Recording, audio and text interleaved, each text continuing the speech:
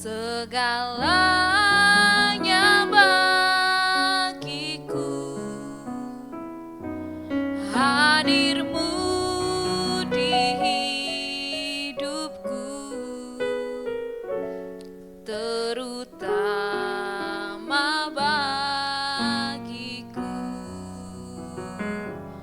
Penyertaan-Mu Tuhan, segalanya bagiku. Hadir-Mu di hidupku, terutama bagiku. Anugerah-Mu,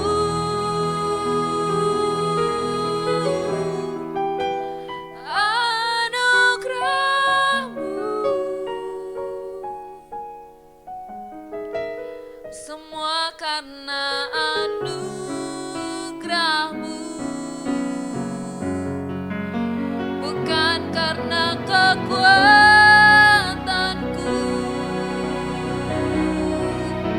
Anugerah-Mu,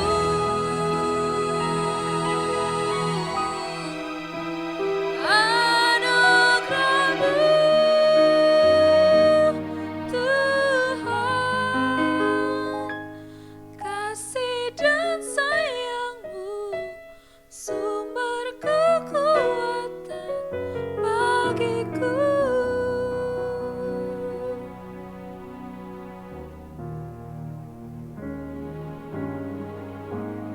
Terima kasih Tuhan Yesus.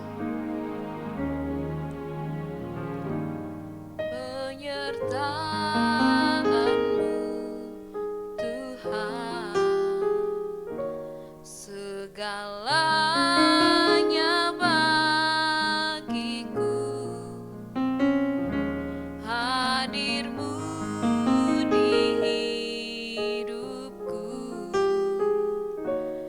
terutama bagiku. Penyertaan-Mu, penyertaan-Mu Tuhan, segalanya bagiku.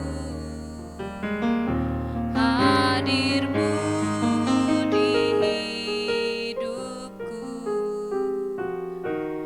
terutama bagiku.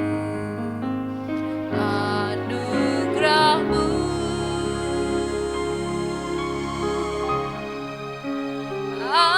anugerah-Mu, oh, semua karena anugerah-Mu, bukan karena kekuatanku.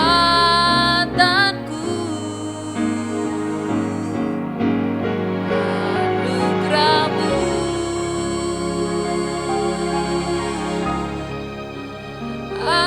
anugerah-Mu, Tuhan, kasih dan sayang-Mu, sumber kekuatan bagiku.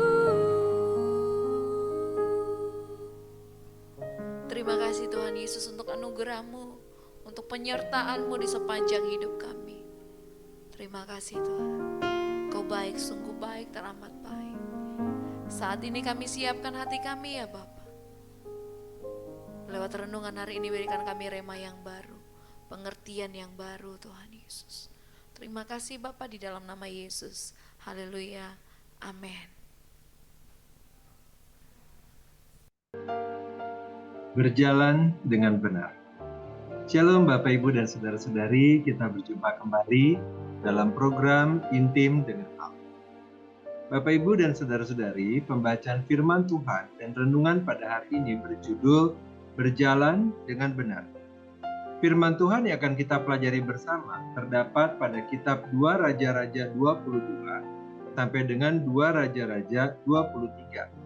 serta 2 Tawarik 34 sampai dengan 2 Tawarik 35, dengan perhatian khusus pada 2 Raja-Raja 22, ayatnya yang pertama sampai dengan ayatnya yang kedua yang akan kita dengarkan bersama.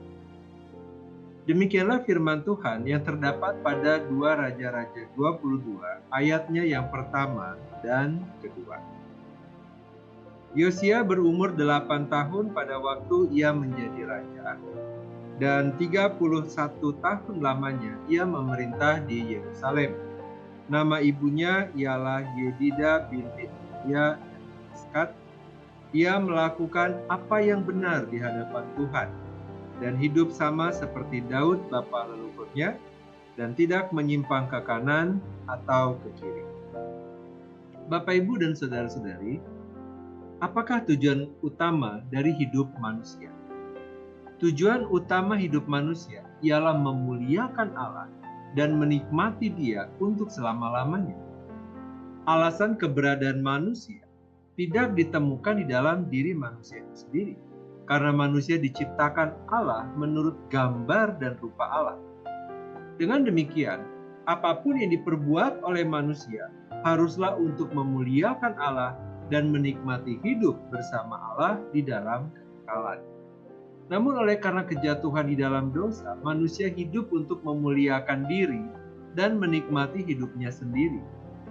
Oleh karena itu diperlukan sebuah koreksi yang jelas dan tegas, sehingga manusia dapat berjalan dengan benar dalam kehidupannya, yaitu adalah untuk memuliakan Allah dan menikmati Dia selama-lamanya.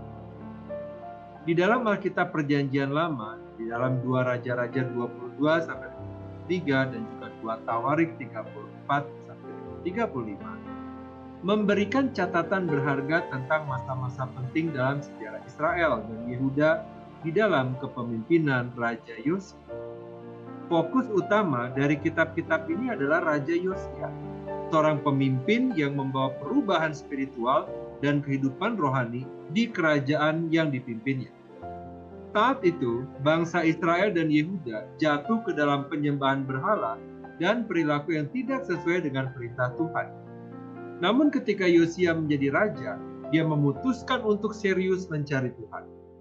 Pada tahun pemerintahan yang ke-18, Yosia mulai membersihkan dan memulihkan rumah Tuhan yang ditinggalkan di Yerusalem. Bapak, Ibu, dan saudara-saudari, selama pembersihan rumah Tuhan ini, Imam Besar Hilkia menemukan kitab hukum yang kemudian diyakini sebagai Taurat yang sempat terhilang. Yosia terkejut dengan isi kitab tersebut dan menyadari bahwa bangsa ini telah melanggar hukum Tuhan selama bertahun-tahun. Setelah mendengar ini, Yosia mencari bimbingan dari Nabi Yahulda yang menyampaikan pesan dari Tuhan bahwa penghakiman Tuhan akan menimpa orang-orang atas kejahatan mereka. Tetapi karena pertobatan Yosia, hukuman akan ditunda selama pemerintahan. Ketika Yosia mendengarkan firman Tuhan ini, dia mengumpulkan semua orang Israel dan Yahudi di rumah Tuhan dan membacakan kitab hukum di hadapan mereka.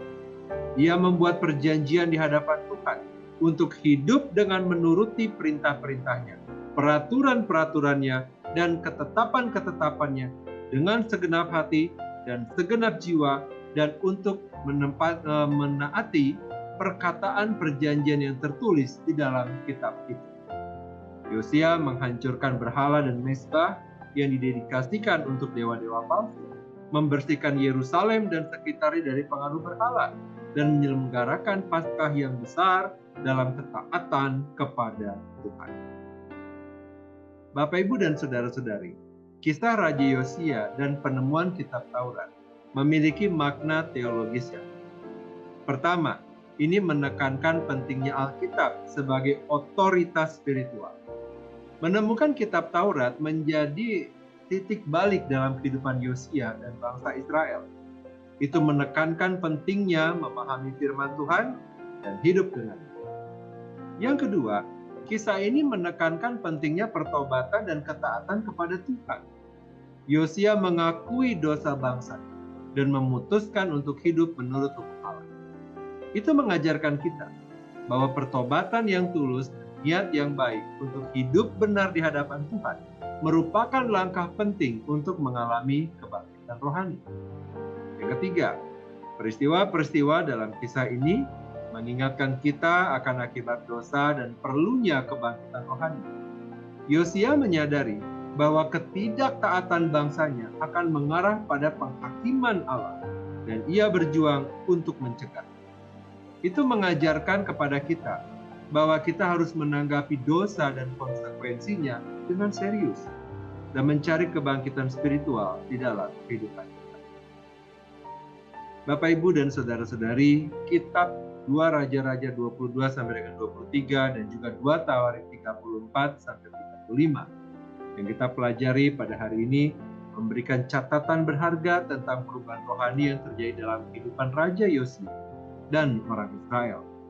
Penemuan kitab Taurat, pertobatan, dan pemulihan ibadah yang sejati menunjukkan betapa pentingnya firman Tuhan sebagai panduan di dalam kehidupan agar dapat berjalan dengan benar sesuai dengan kehendak Allah.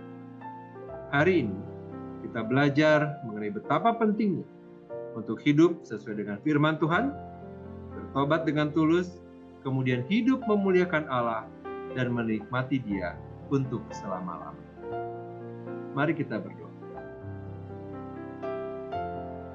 Bapa yang baik, kami bersyukur untuk firman Tuhan dan renungan yang telah kami dengarkan pada hari ini, yang mengingatkan kami untuk kami hidup tidak bercela dan agar kami dapat hidup benar di hadapan Tuhan. Firman Tuhan adalah pelita bagi kaki kami dan terang bagi jalan kami. Biarlah kami, Tuhan, dapat hidup dengan benar di hadapan-Mu. Mampukan kami, ya Tuhan, untuk kami dapat menerima dan menerapkan firman Tuhan di dalam hidup kami dengan cara yang berkenan.